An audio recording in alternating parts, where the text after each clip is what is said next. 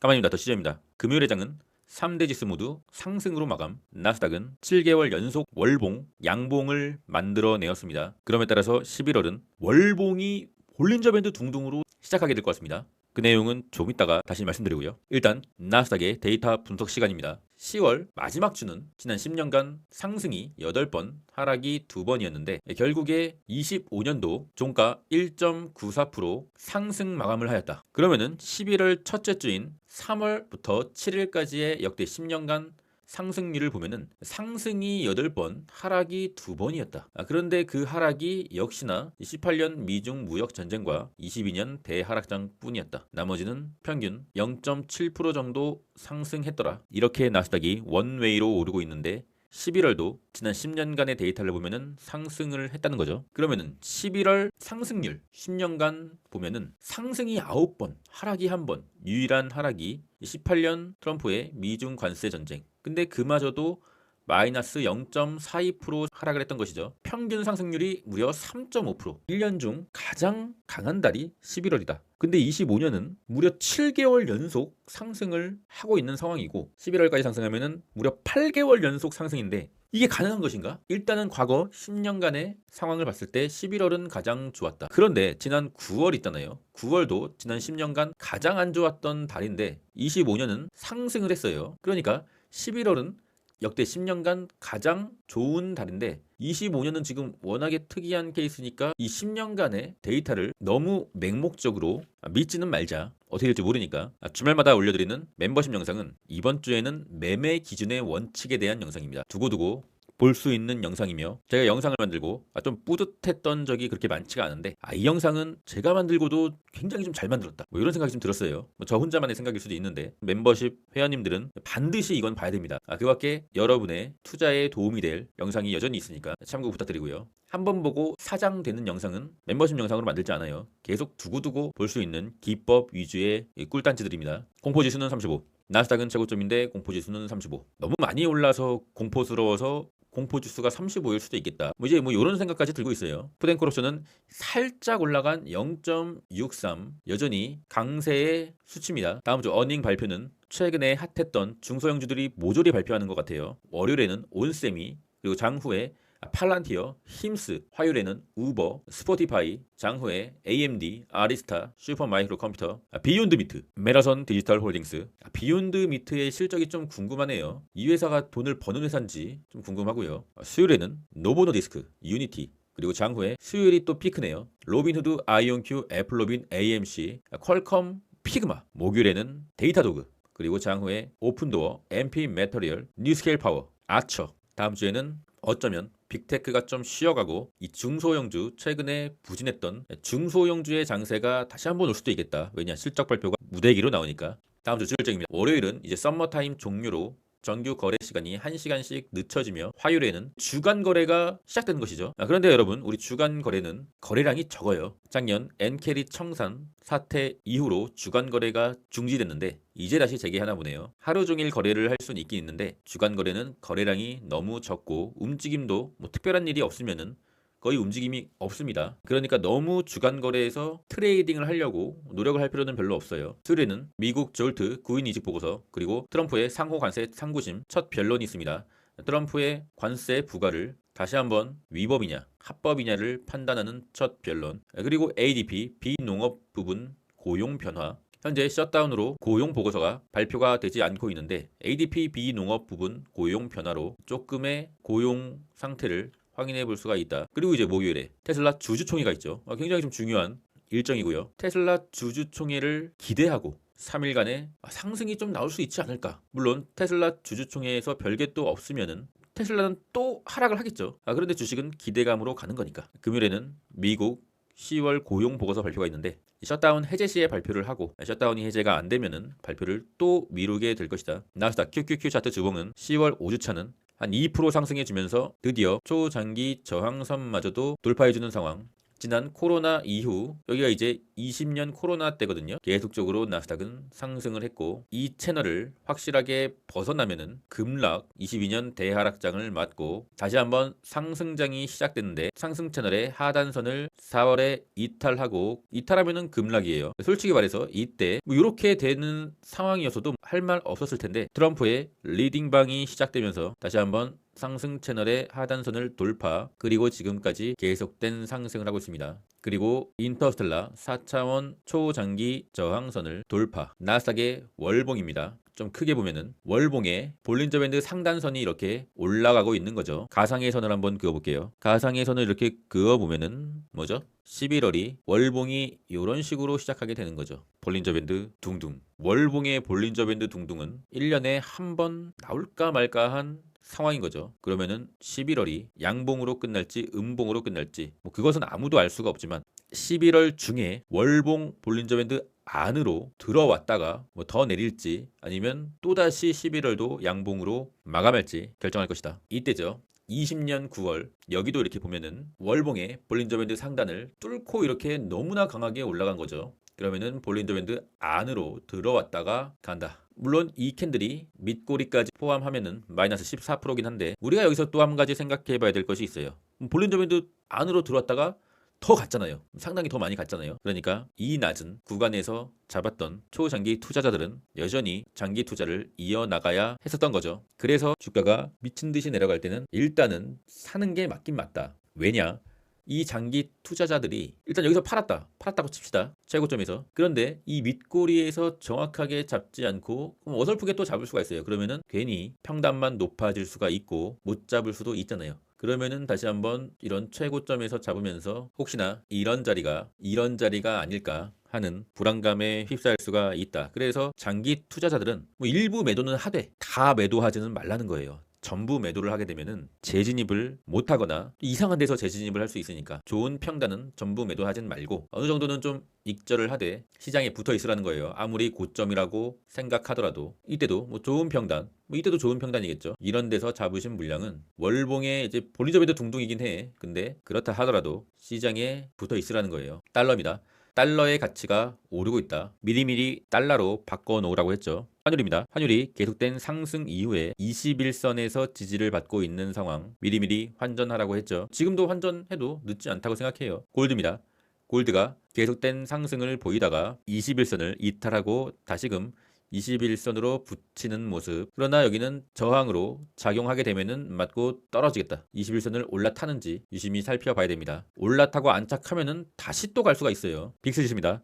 빅스 지수가 스멀스멀 올라오고 있다. 증시가 상승을 하고 있는데 빅스 지수가 스멀스멀 올라온다는 것은 우리가 매우 경계해야 되는 상황. 그거 들었잖아요. 15.7을 이탈을 해야 된다고. 그래야 연속적인 증시의 상승이 오는데 이 빅스가 이렇게 오른다는 것은 우리가 좀 경계를 해야 되는 거죠. 이렇게 스물스물 이렇게 오르다가 갑자기 확 튈 수가 있으니까. 숏의 보조지표. 더 이상 숏의 차트는 보기가 힘든 상황이죠. 한 가지 좀 눈에 띄는 것은 RSI 다이버전스가 지속적으로 뜨고 있고 스토캐스틱 K값이 D값을 아래에서 위로 터치. 여기에 조금 걸립니다. 아니 많이 걸려요. 키움전사의 ETF 순매수는 메타에 이제 나라가 됐네요. 메타로 지금 개미들이 엄청나게 몰려들고 있다. 사실상 이렇게 키움전사가 미친 듯이 몰려들면은 갑자기 V자 반등은 하기가 힘들어요. 어느 정도 마음의 준비는 해두셔야 되고요. 그리고 이제 한 가지 아쉬운 거는 키움전사의 순매수에 숏이 없다. 숏이 좀 있어야지 좋은 건데 이제 숏은 아무도 안 사는 종목이 되어버린 것이죠. 이게 좀 좋지가 않은데 US100 나스닥 지수 급등에 채널을 돌파를 하고 다시금 안으로 들어오려는 모습. 안으로 이렇게 들어오면은 이제 나스닥의 급등의 상황은 좀 종료됐다고 봐도 괜찮아요. 4시간 봉을 봤을 시 계속 4시간 봉에서 상승을 이어가다가 금요일에 4시간 봉 볼린저 밴드 하단 둥둥까지 보여줬어요. 볼린저 밴드 하단을 이탈하고 마지막 4시간 봉은 볼린저 밴드 하단 둥둥으로 시작했다가 다시 안으로 들어왔다가 하단에서 끝났다. 4시간 봉의 2평은 올라가다가 약간 평평해지고 있는 것이죠.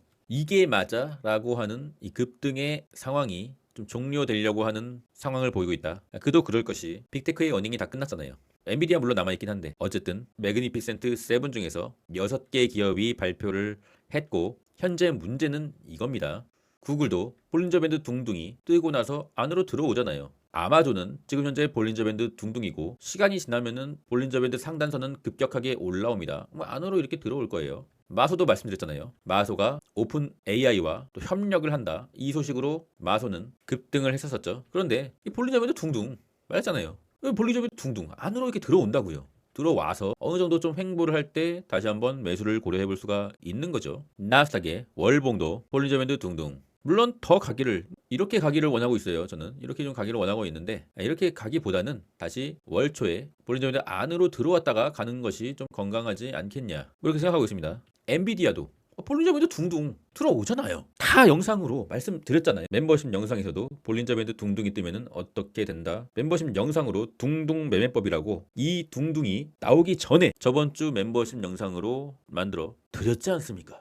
그 영상을 보신 분들은 저번 주에 이 볼린저밴드 둥둥의 상황에서 어느 정도 부분 매도를 했거나 아니면은 최소한 매수는 안 했겠죠. 현재 그래도 어쨌든 엔비디아는 급등의 패턴, 급등을 하다가 볼린저밴드를 뚫어버리고 다시 한번 안으로 들어온 상황. 5일선을 이탈하지만 않으면은 여전히 추가적인 상승을 할 수는 있는 거예요. 반도체는 볼린저밴드 한번 둥둥을 보여주고 다시 안으로 들어온 상태. 5일선을 아직 이탈하진 않는데 이탈하더라도 추가적으로 마이너스 3% 정도에서 이 파란색 선 지지선은 있다. 속술도 볼린저밴드 둥둥 보여주고 안으로 들어온 상황. 일단 5일선을 좀 지켜주는 흐름은 괜찮은데 급등의 채널 파란색 채널에서 하단선은 45달러다. 하단선을 이탈하지만 않으면 다시 한번 상승을 보일 수 있겠으나 이탈하면은 21선 맞으러 가겠죠. 테슬라는 채널 하단까지 결국에는 한번 찍고 다시 상승을 해준 모습. 대외적인 상황을 보지 않는다고 하면은 테슬라 차트는 좋은 차트는 맞아요. 큰 상승을 하고 지금 박스권 만들고 있는 것이죠. 박스권 하단 매수, 상단 매도, 하단 매수, 상단 매도. 내려주면은 뭐 하단 매수 해도 되는 거예요. 상단 매도 뭐 이렇게 하면 되는데 내려주면은 안 되겠죠. 좀 다시 올라야겠죠. 박스권은 이렇게 보이고 단기적인 채널 빨간색 하단선에서 단타라면은 오히려 여기서도 매수가 가능하다 보입니다. 가격은 445, 21선 평평해지면서 기를 모으고 있고 상승 방향으로 만약에 틀어지면은 11월에 직전 고점인 470달러를 넘기고 역사적인 최고점인 488로 488.5도 넘기고 우리의 목표가인 500달러에 안착할 수가 있다. 전제는 21선이 이렇게 올라가줘야 된다. 21선이 방향을 틀면은 좀처럼 이 추세라는 것이 바뀌기는 쉽지 않거든요. 아마존은 매도를 했어요. 매도를 했고 매도를 한 이유는 이제 볼린저밴드 둥둥이면서 너무 과하게 좀 오른 상황이었기 때문에 다시 안으로 들어왔다가 가도 갈 것 같아서 일단은 뭐 이 상황에서는 매도를 해야죠.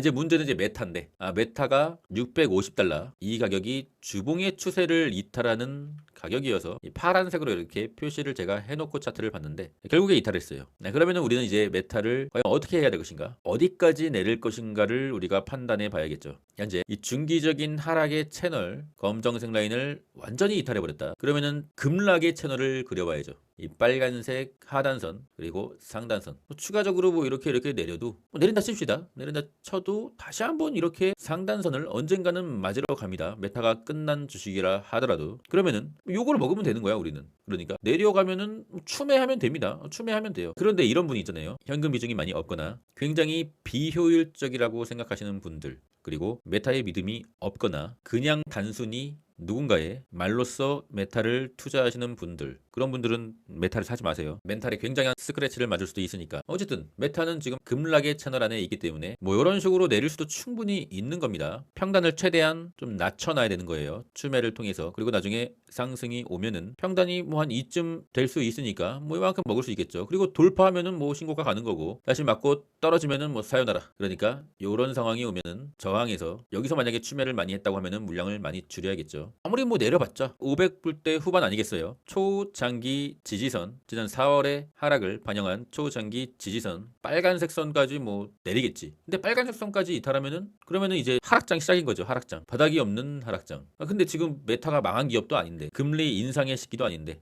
말이 안 되는 거고요. 현재 과매도를 볼 수 있는 RSI는 일봉상 30 이하인 27이다. 엄청난 과매도의 구간이 시작되고 있습니다. 물론 스토캐스틱은 아직도 과매도의 구간으로 진입하고 있진 않은데 이 스토캐스틱까지 과매도의 구간으로 진입을 하게 되면은 너무 심하게 내렸다라고도 판단할 수가 있는 상태입니다. 넷플릭스도 엄청나게 심하게 내리다가 액면 분할 호재 뉴스를 띄우고 상승을 해주잖아요. 물론 200일선을 돌파를 못하고 저항을 받고 내린 거는 좀 좋지 않으나 넷플릭스는 200일선을 재돌 재돌파해줘야겠죠. 재돌파를 해주면은 갭을 메우러 갈 수가 있다. 팔랑튀어는 월요일 장후의 실적이죠. 장기적인 상승의 채널 상단을 돌파해준 자리, 여기도 돌파해준 자리, 여기도 돌파해준 자리, 여기도 돌파해준 자리. 뭐죠? 분할 매도의 채널로 들어간 거죠. 너무 욕심부리지 마세요. 분할 매도의 채널입니다. 후드도 조만간 상승의 채널 상단을 맞으러 가게 되면은 요 구간은 분할 매도의 채널. 후드 팔란티어 주주분들 축하드립니다.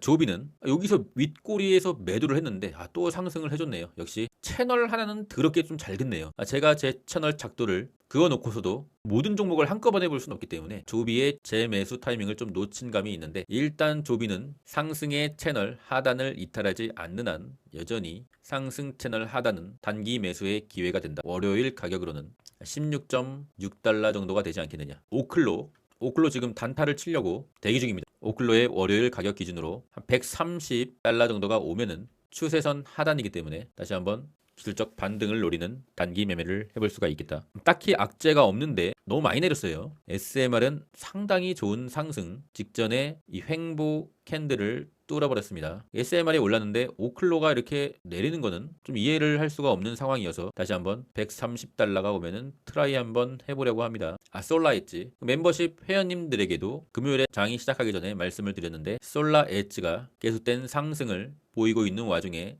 상승의 채널 하단에 터치를 했다. 그러면은 이 하단에서는 단기 반등을 노리는 기술적 반등의 매수 세력이 들어올 수가 있는 것이죠. 그래서 어떤 멤버십 회원분은 장 초반에 상승을 먹고 나오시더라고요. 장이 시작되기 전에 이렇게 좋은 자리에 있는 단기 매매 종목들은 제가 좀 올려드려요. 차트를 이렇게 훑어보다가 비트마인은 정말 이제 못난 상황을 보여주고 있는 상황. 볼린저 밴드 하단 둥둥을 보여주고 기술적 반등을 끝내고 또 지지부진하게 질질질 새는 모습입니다. 이렇게 질질질 새면 안 되거든요. 현재는 이 저점 라인이 깨지지 않기를 기도하는 수밖에 없는 상황이죠. 이 저점 라인까지도 깨지면은 당연히 추가적인 하락이 오겠죠. 보통 상승을 할 때도 볼린저 밴드 상단까지 쫙 뚫으면은 어느 정도 단기적인 고점이라고 보면 되며, 이 볼린저 밴드 하단까지 이렇게 확 이탈을 크게 한번 해주면은 단기적인 좀 저점이라고 봐도 되는 겁니다. 단기적으로요. 그러니까 여기서 볼린저 밴드 하단을 좀 심하게 확 이탈했으니까 이렇게 좀 단기적인 반등이라도 이렇게 좀 해줘야 되는 게 정의실은 아니겠느냐. 비트마인, 게트마인이 돼버렸어요. 코인의 공포지수는 일요일 기준으로는 37입니다. 정말 희한합니다. 미국 주식의 공포지수가 35인데 코인은 37이에요. 이게 좀 말이 되는 건가? 오랜만에 코인베이스 차트를 한번 보겠습니다. 코인베이스가 좋은 실적을 기록하고 상승을 크게 했다가 윗꼬리로 마감. 일단은 21선을 돌파해주는 게 문제인데 일목균형표 구름대에 갇혀있다. 여기에 한번 갇히면은 나오기가 좀 쉽지가 않아요. 구름대를 돌파를 하고 나서 사는 것도 그렇게 늦지는 않아 보입니다. 길게 보면은 박스권에 좀 갇힌 모습, 박스권을 확실하게 뚫어내는 상황이 이 일목균형표 옆으로 캔들이 이탈한 시기가 아닐까. MSTR 급락의 채널마저도 이탈하는 굉장히 악랄한 MSTR의 세력이 나간 건가? 이런 생각까지 들고 있어요. MSTR도 실적 발표가 상당히 좀 괜찮게 나왔음에도 고작 5% 정도밖에 상승을 못해준 모습이죠. 이렇게나 많이 내렸는데 실적 빔이 5%밖에 안 된다. 5일선조차도 돌파하지를 못했다. 보통 이제 하락의 채널이라도 이렇게 채널 상단은 한번 좀 맞아주는 경향이 있는데, 이번에도 이제 상단을 한번 좀 맞아준다고 하면 혹시나 MSTR이 너무 과매도라서 매수하신 분들은 도망쳐야지. 어떻게 하겠습니까? MSTR은 주봉상 사요나라. 주봉이 꺾였잖아요. 주봉 꺾이면은 사요나라예요. 그냥. 물론 4월에도 주봉이 이렇게 꺾였는데 어쨌든 이때는 모든 주식이 주봉이 꺾인 상황이었잖아요. 나스닥의 전 종목이 주봉이 살짝 꺾였었어요. 그런데 현재는 MSTR 혼자 이렇게 주봉이 꺾인 상황. 코인베이스 주봉 꺾였습니까? 안 꺾였잖아요. 그래서 코인베이스는 상승할 수도 있는 거예요. 그런데 MSTR은 꺾였다. 죽은 종목입니다. 기술적 반등을 노리는 단기 매매는 얼마든지 에브리데이 할 수 있어요. 그러나 MSTR이 다시 이런 영광의 시대가 올 거라고는 아예 생각을 하지 마라. 이런 반등, 이런 매매는 노리고는 해볼 수는 있죠. 현재 상당히 과매도니까. 테더의 도미넌스, 주말간에는 크게 무빙은 없는 것 같은데 일단은 테더의 도미넌스가 이주봉 장기 지지선 파란색 라인 5% 정도 되는 것 같은데 여기를 좀 이탈해줘야 돼요. 이탈을 해줘야 그래야 코인의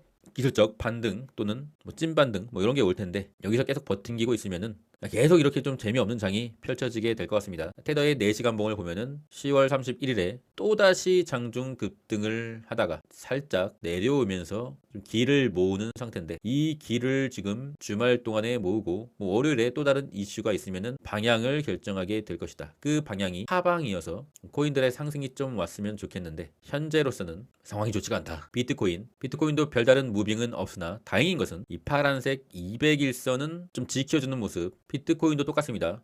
파란색 200일선이 이탈되면은 좋지가 않아요. 물론 비트코인은 나스닥 종목처럼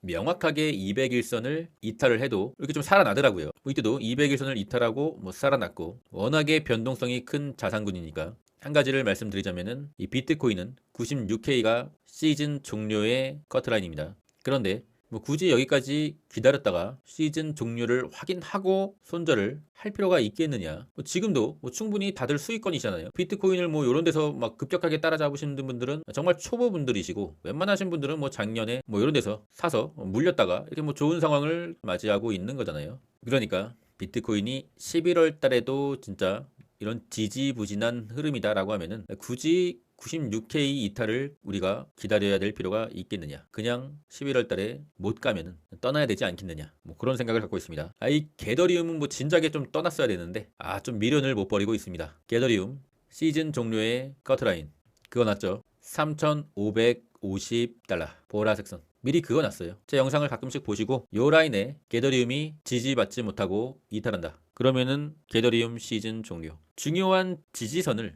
지지받지 못하고 이탈을 하면은 이런 미친 급락이 나와요. 코인의 특성상. 비트코인을 초장기 투자하시는 분들은 많은데, 알트코인을 진짜 큰돈들이 초장기 투자하지 않는 이유는 변동성이 크기 때문에. 그렇기 때문에 포기하고 나갑니다. 그렇기 때문에 알트코인들은 큰 급락이 나오는 거예요. 어쨌든 지켜줘야 됩니다. 게더리움은 모든 지금 하방 지지선이 위험한 지지선입니다. 지켜줘야 돼요. 이 초록색 지지선도 지켜줘야 되고요. 초록색 지지선은 무엇이냐?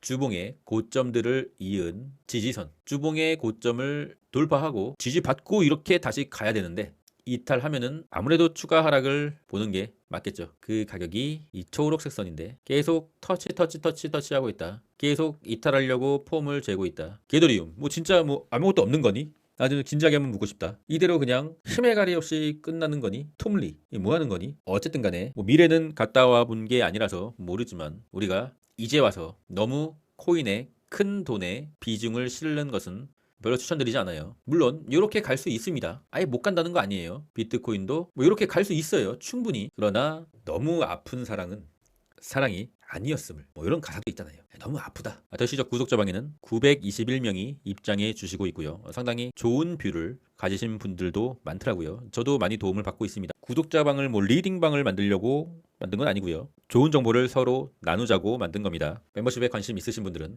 고정 댓글 링크를 확인해 주시면 됩니다.